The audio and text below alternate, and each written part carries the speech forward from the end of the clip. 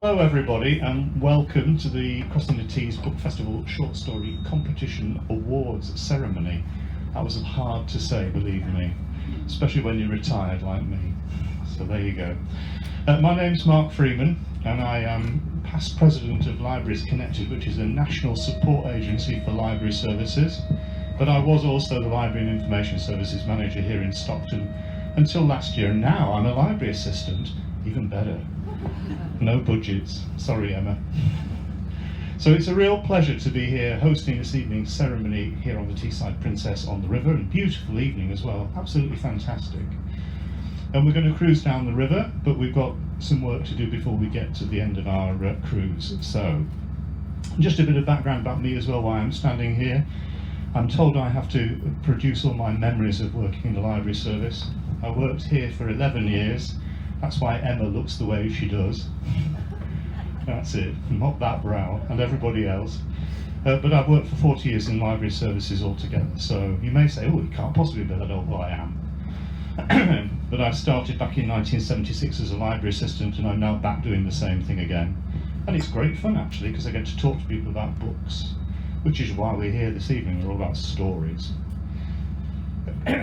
So, just to talk about the short story competition, it was introduced into the Crossing the Tees Book Festival back in 2017, so it's been running for 6 years now. It's amazing, isn't it? That doesn't seem like 6 years since we started. They've had a wonderful response to the competition over that time, and it started out with mainly people from the Tees Valley, but we have folk from far and wide now. Last year, someone came all the way from America, all the way to Grangetown, I think it was, wasn't it? Especially for the ceremony, so it is an international competition now. But happily, there are still a lot of local writers. You're all sitting here tonight, and we're really pleased to see everybody. So this year, there were 142 short stories which were entered into the competition, and they've all been read by the judges. Here they are. They look a bit frazzled, don't they? I've done it myself, so I know what it's like. We'll talk to them in a minute about what that was like. But we've shortlisted them down through the work of the 3 judges. One's not here, I think he's lying down in a darkened room somewhere. But there are 31 stories that we're here to celebrate tonight. And I also want to thank our friends out at Six Element Publishing for their continued support with this mammoth task, because it is a mammoth task. So, before we find out more about these stories, I just want to give you a plug for this year's festival, which comes in June, so it's not too far down the road now. So Crossing the Tees Book Festival comes back. You'll see that there are copies of the programme, which I'm now going to wave in a kind of, these are the exits way. There it is.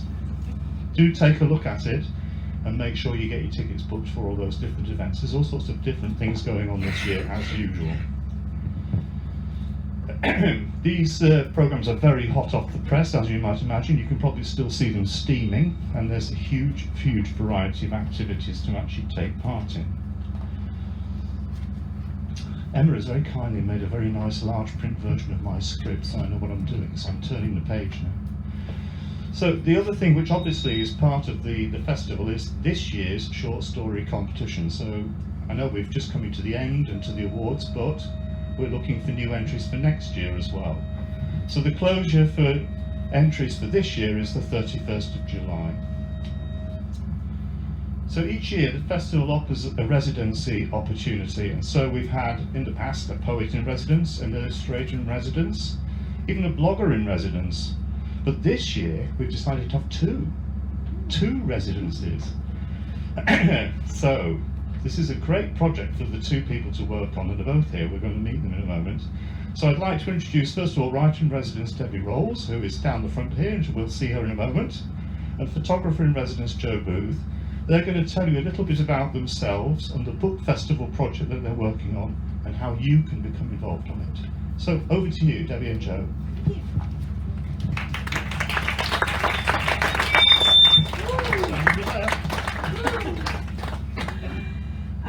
I have to say it's been an absolute pleasure working on this project. I'm sure there are a lot of people in this room who, like me, love libraries, love books. And basically, for the last couple of months, I've just been hanging out in libraries and talking to people about libraries and about books.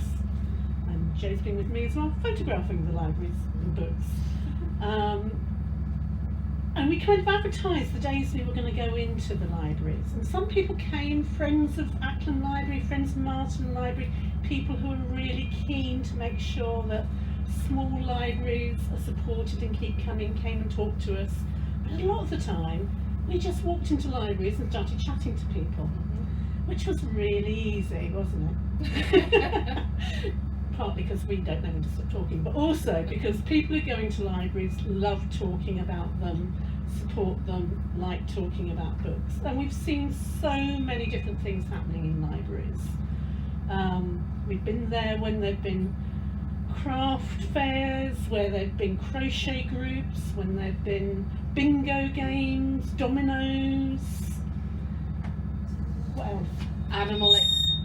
Animal experiences. Animal experiences, yes. We've met some owls and some tarantulas and some a tenrec, which I didn't expect to see in the middle of Middleton.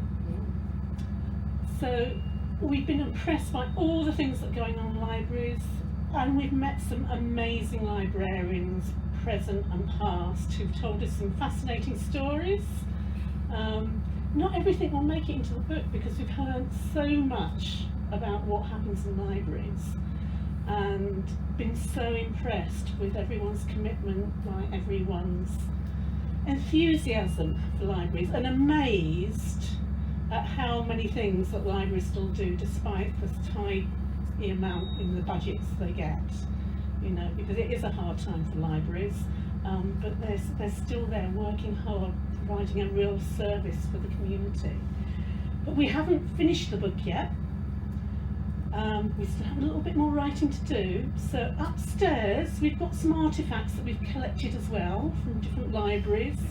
We're starting right back in the 1870s, looking at the whole history right up until today of libraries. So if you'd like to come and have a look at what we found, talk to us about it, and share your own memories as well, or your own experiences about libraries in Teesside, we'd be really happy.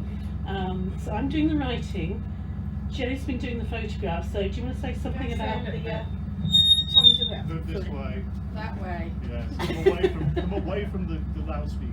Oh, I see, it's the loudspeaker. Move over.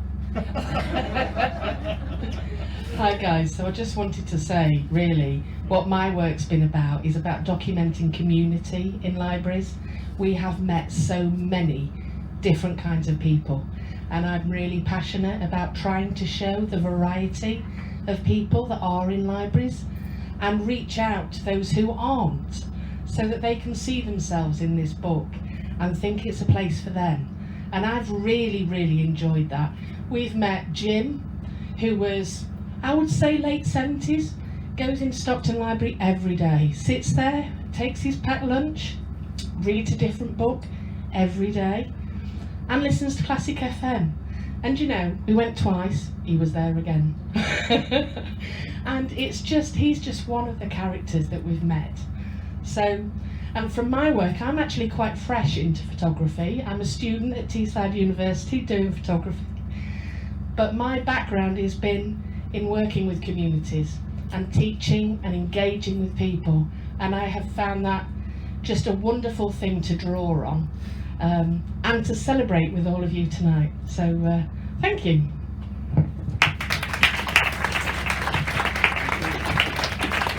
Thank you both very much. Thank you both very much. I'll be popping round to give you my memories.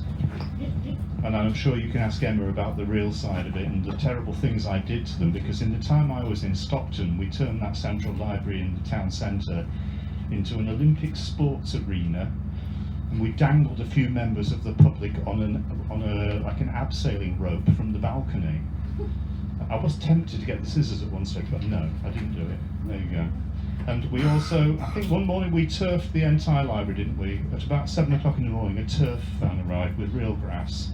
They rolled it out onto the floor, and my colleague who actually refurbished the library, you could see her getting whiter and whiter. I don't know how I got away with it. It's a bit like the day we got the three-wheeler in there as well, and we were trying to figure out, I was off that day, anyway. Less of that. But it is about communities, and you're quite right. It's about those things that happen every day, which are just ordinary. And And I now find that, because going back to where I started, I'm now standing there with all those people actually experiencing all the things they ask. So a girl came into the library in Seaham, where I now work, and wanted books on the transatlantic slave trade. So you can imagine that was quite difficult in a small library. But now we're able to use the internet, the books, the encyclopedias. It was brilliant, absolutely fantastic, and very satisfying. Okay, let's move on then. I'm not going to stand under the loudspeaker again, you're quite lucky. I think what we're going to do now is we're going to meet the judges. They're looking a bit peaky over here, because they don't know what I'm going to do to them. So, there we go. So I'd like to introduce the two judges who are here. We've got one who isn't, and I think we're going to try and do a quick tape, aren't we, from, who was it? James Harris isn't able to be with us. He's a That's right. So he did a video. In the video, he referred to the fact that he's wearing a high vis. You can't, he's assuming you can see him, but you can't see him. Yeah, just imagine high vis. Try and play the audio over the house speakers. Okay, so we'll try and hear from James, and if we don't, then we'll move straight on to our two real-life judges.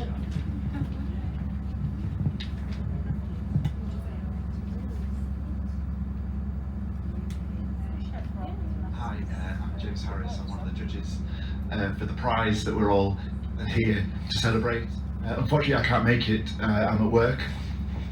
I'm not wearing high vis because I'm at work. I'm just wearing high vis so you can all see me. Can you all see me? Excellent. It works. Just wanted to say, such a shame I can't be there. It was an absolute pleasure to judge this competition. It was easy and it was hard. Reading all the stories, that was easy. They were all so brilliant. Judging, a little bit harder. There was a lot of discussion because they were all so brilliant. We've definitely chosen the right story. I don't know whenabouts in the night this video is going to be shown, so I shan't say any more. Don't want to spoil anything. But there's a reason why there's so many special mentions. It's because they were all special, and we would have had you all have special mentions if we possibly could have, because the stories were just brilliant. I was absolutely blown away by the depth of talent and just the range of styles and subject matter. It was an absolute joy. So enjoy the night. I hope it's brilliant. I'm so sorry I can't be there. And good luck, and all of you keep writing. Thank you very much. Okay, I'm going to keep away from that mic loudspeaker. There we go. I'm standing away from it. There's too many of them about, aren't there? Right, I've been in this corner now. Sorry about that, Ruth. So just to thank James. James is an author and a writing mentor with Writers Block North East. So now we're going to talk to our other two judges who are down by my side here. So I'm going to ask Ian just to tell us a bit about his experience of actually choosing the books. How was it for you? What did you do? Was incredibly difficult. I mean, they were all so good, and the more we whittled it down, the harder it became. Because we started with, was it 30 odd stories? And the first long list wasn't so bad, but the long short list was more difficult, and it just became more and more difficult. At the end of the day, we picked 3, but I'm sure on another day we would have equally picked a different 3. They were all so good. Well, I'll just second what both James and Ian have said. It was a real pleasure to read all of the stories, and the thing that really struck me was how different they all were. There were so many different genres, so many different styles, techniques. It was really impressive and a real pleasure to judge, so thank you.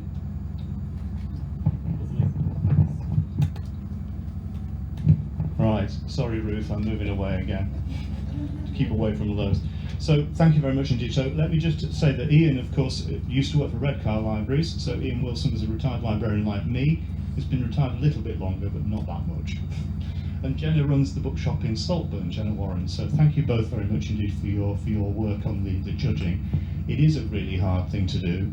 When I did it, we had some quite interesting discussions about all of the different books, and we all came up with our own 3. And quite often they actually coincided, and like you say, you look at them one day and you look at them again and you see different things in them. So they're all fantastic stories, and so brilliant work from all of you. Okay, so congratulations to all of the shortlisted winners, and so all 31 of them are going to feature in the 6th Crossing the Tees short story anthology, and every writer who features in that book will get a copy of that, so don't forget, all of you who are here tonight, make sure you get your copies later on. So first of all, we're going to read the list of the people who took part who are on the shortlist, which is at the back here. So buckle in, here we go. So, the shortlisted stories, the 31. The Day the Spinach Wilted by Jenny Adam-Thwaite. When the Loveliness of Ladybirds Landed by Helen Anderson. Strangers by Artemis. Orangutan and the Wig by Aaron Bailey. Warscapes 2024 by Edward Barnfield. On Thin Ice by Jane Bradley. As Above, So Below by Laura Timms. Space and Time by Chris Brock. The Creator by Kathy Bryant. Tapestry by Timothy Burton Martin. Well, this is a good one for me. One Lane Closed Due to an Incident by Joe Clark. That's the A19 for me. Sometimes My Annoying Sister Is Right by Catherine Leisham. Curiouser and Curiouser by Beck Collett. Crossing the Tees by Philip Sculthorpe. The Idea of Tuesdays by Jacob Cook. Wearing Rags and Feathers by Joe Derrick. Me and Mr. Moon by Julie Easley. The Mouse by Chris Foxon. Erosion by Penny Blackburn. The Competition by Dean Gessie. Lounge Lizards by Amanda Higgins. The Lady Vicar by Phoebe Hurst. My Nigel by Patrick Belshaw. Your Community Notice Board by Rachel Pattinson. Arietta Einstein by Brian Pearson. Murdo Livin by Pam Plum. The Last Report of J.L. Woodgate by Kelly Schweitzer. Once the Friend, Twice the Stranger by Kayla Martel Feldman. Tommy Harris by John Simmons. The Roses in the Weeds by Eleonora Westfall. And It Is Your Birthday by Joe Williams. So well done all of you. A big round of applause please.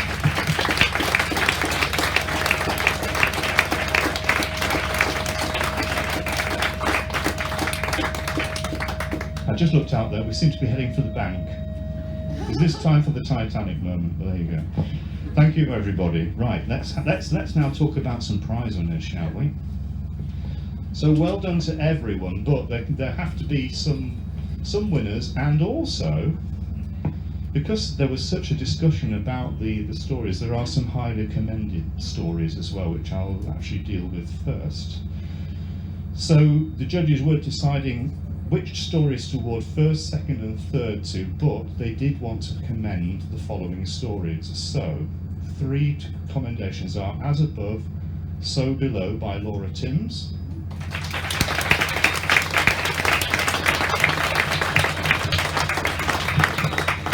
So well done Laura, thank you for that.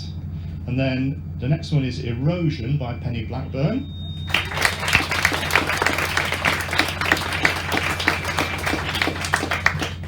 And then My Nigel by Patrick Belshaw.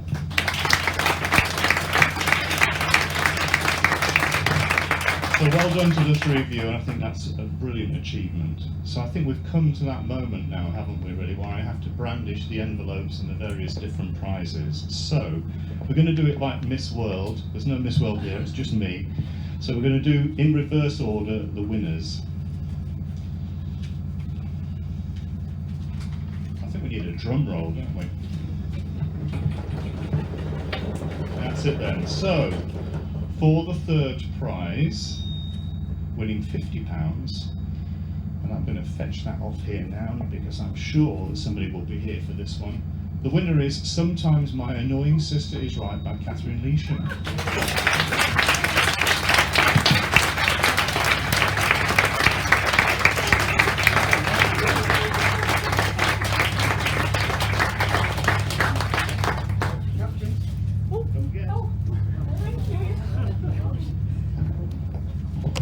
Well done, that was brilliant.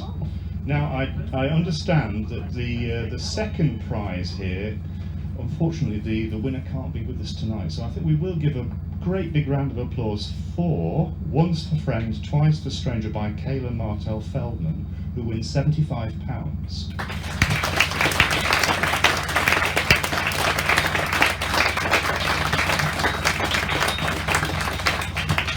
and in the best spirit, we will make sure this thing gets to them. And I think I might take it, because are they not in America? Is that right? Yeah, I'll take that.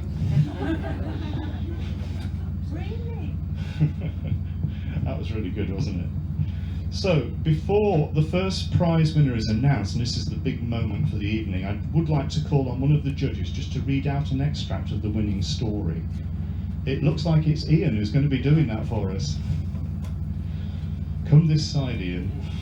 I'll hand you the microphone. This could be a bit of a juggling act. Could it? Hold the book and read at the same time. Oh my God. Shall I hold it for you? Oh, if you like, yeah. There you go. Okay. The actual form of dyslexia, which I have, is somewhat rare in that it only expresses itself when I write. I can read fluently, but the moment I set pen to paper, some kind of short circuit happens in my brain, which makes me twist about all the rules of letter forming. For years, I systematically wrote my E's upside down, used an O when an A should be, and vice versa, and routinely crossed my I's and dotted my T's. My I's all looked like addition signs. Every T wore a kind of umlaut. After years of effort, I eventually learned how to dot the I's, but I am, I know, unlikely ever to master crossing the T's. To make matters worse, the spelling of words, which makes perfect sense to me when I read, becomes an arcane mystery when I write. I regularly twist the rule of I before E except after C. Can never work out why some plurals take an IES, while others make do with a single S by itself, and I can never ever divine where a possessive apostrophe should go. It is a particularly disabling form of dyslexia, since, as I say, it doesn't express itself when reading, so I'm able to read my own notes, I just don't have any clue what they say. As well as the natural bond that exists between a father and his son, the fact that we both suffered from the same form of dyslexia made Father and I particularly close. He had little formal education, but was far from being a stupid man. He valued learning, and because of his magpie mind, there were few subjects upon which he could not discourse at length. I take after him. Perhaps our dyslexia made our brains form connections between ideas and statements that seemed bizarre to other people, but were perfectly sensible to us. Our conversations could range very far and very wide. Indeed, that was the joy of them. In truth, Father was my only friend. I was, after all, exactly the kind of child who was a natural target for bullies. At school, I suffered the whole repertoire of name-calling, having my possessions stolen, and having to endure random acts of physical violence. Home, particularly Father's shed, filled by his comforting presence, was my sanctuary and the place I looked to for intellectual stimulation. I learned more from my father than I ever did from school. I suppose I always knew in my heart that one day I would lose him, but I didn't suppose it would be quite so soon. I suppose, too, I always knew that once he was gone, life would become even more bleak and difficult, and so it proved. What I didn't know is that our last conversation would resonate strangely through the years, hibernating somewhere in the back of my mind, only to suddenly awaken in a therapist's room this morning to resolve a long-standing misadventure. Brilliant.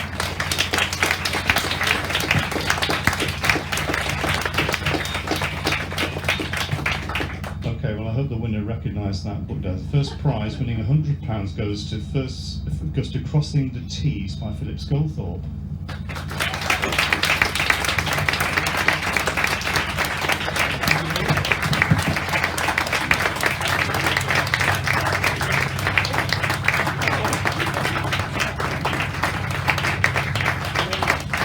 Well done, Philip. So, we've done all our prizes. Well done, all of you. That was brilliant. I thought that was an absolutely excellent reading, and thank you very much to all of you for all of the contributions. So, congratulations to everybody. So, we are towards the end of our official ceremony, but we've still got lots of lovely time down the river, and I'm just looking out. It's really lovely, isn't it? You wouldn't know where you were, would you? Beautiful. Anyway. So, as I mentioned earlier on, each of our 31 shortlisted writers receives a copy of the anthology, so please do head upstairs, all of you, to collect yours, and we'll post out those who couldn't make it this evening and make sure that everybody gets one. You'll also find upstairs a bookstore, so if you'd like to buy more copies of the anthology, or previous anthologies, because we've got those too, if you're collecting them, then they're all on sale. You'll see that Scott is wandering about with a camera. You can keep away from him, I'm sure Lucky's going to do it now, isn't he? Scott will be herding people together to try and get some winners' photographs, so please do make sure that you get your photographs taken before you go, won't you? Debbie and Joe also will be upstairs. Debbie's going to be collecting the stories, and Joe's collecting the photographs to make the book. I might collect some candid photos. Oh, there are a lot of those. So I tell usually me do if those. you don't want to be on.